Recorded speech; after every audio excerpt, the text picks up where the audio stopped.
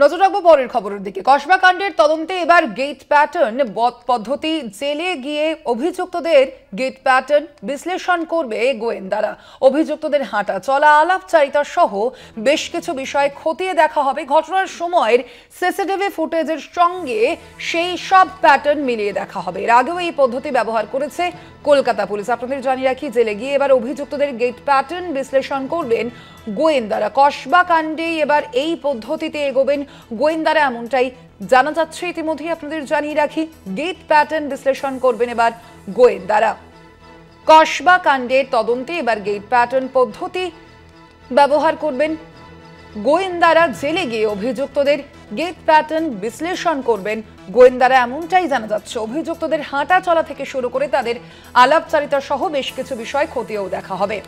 কসবা কাণ্ড আমরা দেখেছিলাম একেবারে গত 25শে জুন যে অভিযোগ জানিয়েছিলেন সেই নির্যাতিতা তরুণী, এবং তার প্রেক্ষিতেই কিন্তু একাধিক জনকে ইতিমধ্যেই গ্রেপ্তারও করা হয়েছে আমরা জানি এই ঘটনায়। এবং কসবা কাণ্ডের তদন্তেই এবার গেট প্যাটার্ন পদ্ধতি ব্যবহার করবেন গোয়েন্দারা। অভিযুক্তদের গেট প্যাটার্ন বিশ্লেষণ করবেন তারা জেলে গিয়ে, এমনটাই জানা যাচ্ছে। আরো বিস্তারিত জানবো আমরা এর প্রসঙ্গে। আমাদের সঙ্গে এই মুহূর্তে ফোন লাইনে রয়েছেন প্রতিনিধি রিয়া মাঝি। রিয়া, এই গেট প্যাটার্ন অর্থাৎ এই যে এই পদ্ধতি ঠিক কিভাবে গোয়েন্দারা অভিযুক্তদের বিশ্লেষণ করবেন? দেখো, তোমায় জানিয়ে রাখবো যে জেলে গিয়ে কসবা কাণ্ডের যে 4 অভিযুক্ত, মনোজিৎ সহ 4 জন, তাদের গেট প্যাটার্ন অ্যানালিসিস করা হবে।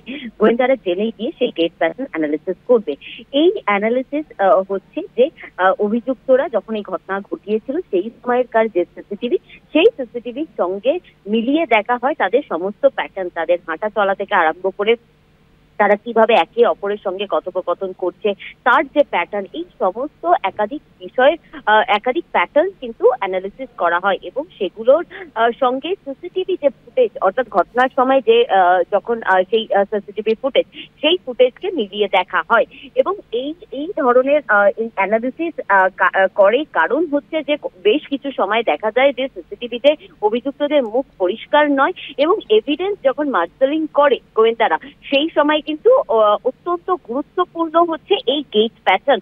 এই গেট প্যাটার্ন করানো থাকলে সেটা কিন্তু একটা সায়েন্টিফিক্যালি খুব স্ট্রং এভিডেন্স গোয়েন্দাদের কাছে, যেটা ট্রায়ালের সময় অত্যন্ত কাজে লাগে। এবং সেই কারণের জন্যই কিন্তু মূলত গোয়েন্দারা এই গেট প্যাটার্ন অ্যানালিসিস করে। এবং এই গেট প্যাটার্ন অ্যানালিসিস এর আগেও কিন্তু কলকাতা পুলিশে করা হয়েছিল, যখন রাকেশ সিং এবং পামেলার যখন ড্রাগ মামলা হয়েছিল, সেই সময় একজনের যাকে সিসিটিভি ফুটেজে মুখ পরিষ্কার ছিল না, তার করা হয়েছিল এই গেট প্যাটার্ন। এবং সবকিছুই দেখা গিয়েছিল যে জয়নগরের যে রেপ কেস, সেখানকার অভিযুক্তরও কিন্তু এই গেট প্যাটার্ন অ্যানালিসিস করা হয়েছিল। এবং এই গেট প্যাটার্ন অত্যন্ত গুরুত্বপূর্ণ। এবং ইন্ডিয়াতে প্রথম গৌরী লঙ্কেশের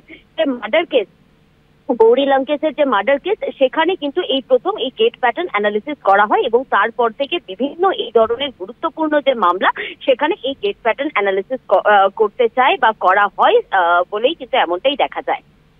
ধন্যবাদ তোমায় রিয়া।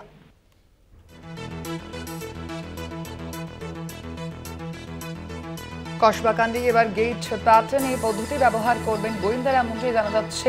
এর আগেও এই পদ্ধতি ব্যবহার করেছে পুলিশ।